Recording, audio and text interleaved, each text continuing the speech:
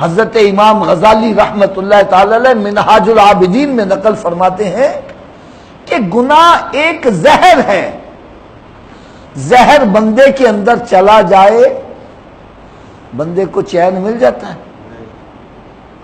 یہ ورقہ ہی پھاڑ ڈالو، گناہ کر کے چین مل جائے۔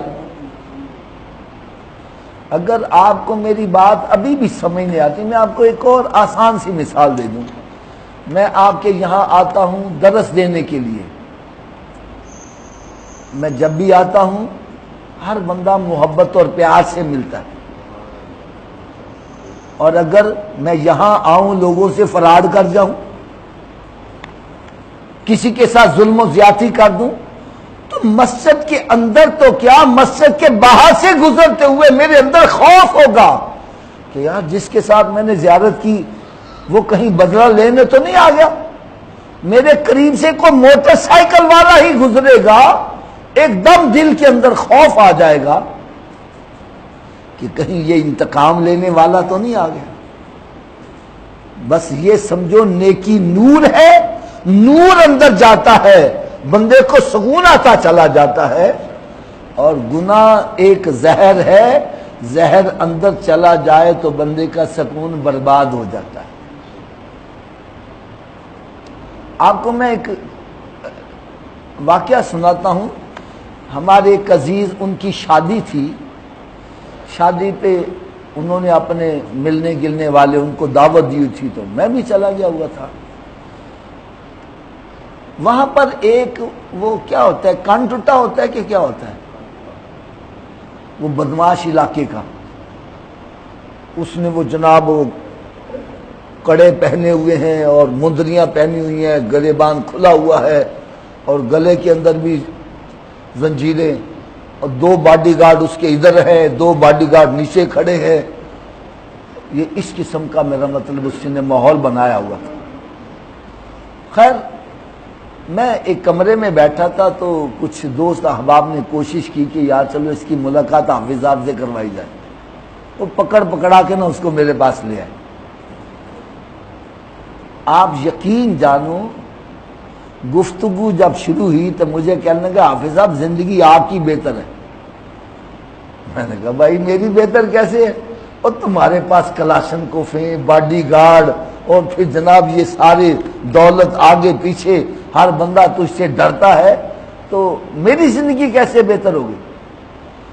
مجھے کہنے لگا حافظ صاحب آپ دوپہر 12 بجے، رات 12 بجے بھی گھر آ رہے ہوتے ہیں، آپ کے دل میں کوئی خوف و خطر نہیں ہوتا، آپ رات کی تاریکی میں بھی سکون سے گھر آ رہے ہوتے ہیں، اور ہم دوپہر 12 بجے بھی باہر نکلتے ہوئے ڈرتے ہیں کہ جن کے ساتھ ہم نے ظلم و ستم کیے ہوئے ہیں ان کی گولیاں پیاسی ہیں،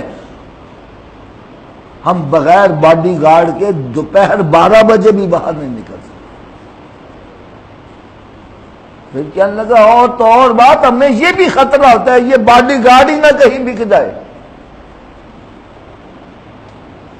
ان کی تنخواہیں ہم دیتے ہیں، پولیس والوں کو علیحدہ بھتہ دیتے ہیں، یہ پیسے کہاں سے پورا کرتے ہیں؟ کہنا ہم بھتہ لوگوں سے لیتے ہیں، لوگوں سے ظلماً ان کے پیسے چھینتے ہیں، اور جب ان کی آہیں لگتی ہیں تو رات کو نیند نہیں آتی، پھر شراب کا سہارا لیتے ہیں۔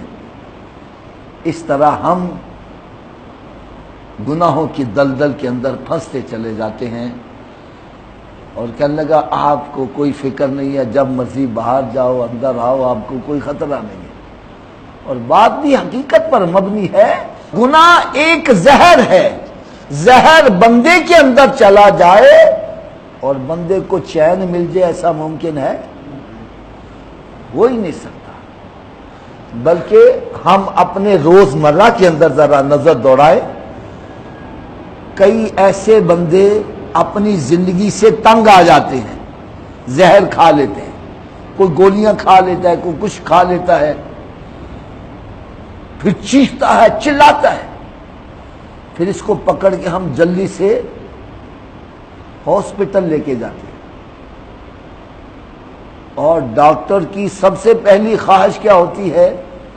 اس کے اندر سے زہر جو ہے وہ نکالا جائے، چاہے پیشاب پخانے کے راستے سے یا الٹی کر کے باہر نکالا جائے، کیونکہ جتنی دیر تک زہر اندر رہے گا اس نے اپنا کام کرتا ہی رہنا ہے، اس نے کاٹ چھان کرتے ہی رہنا ہے۔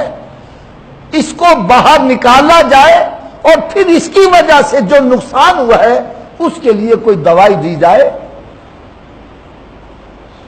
لہذا اس کی سب سے پہلی خواہش یہ ہوتی ہے کہ اس کے اندر سے زہر نکالا جائے۔ تو پیارے اسلامی بھائیوں، گناہوں سے پریشانی آتی ہے، گناہ ایک زہر ہے، یہ گناہوں کا زہر جتنی دیر اندر رہے گا بندے کو چین نہیں آئے گا۔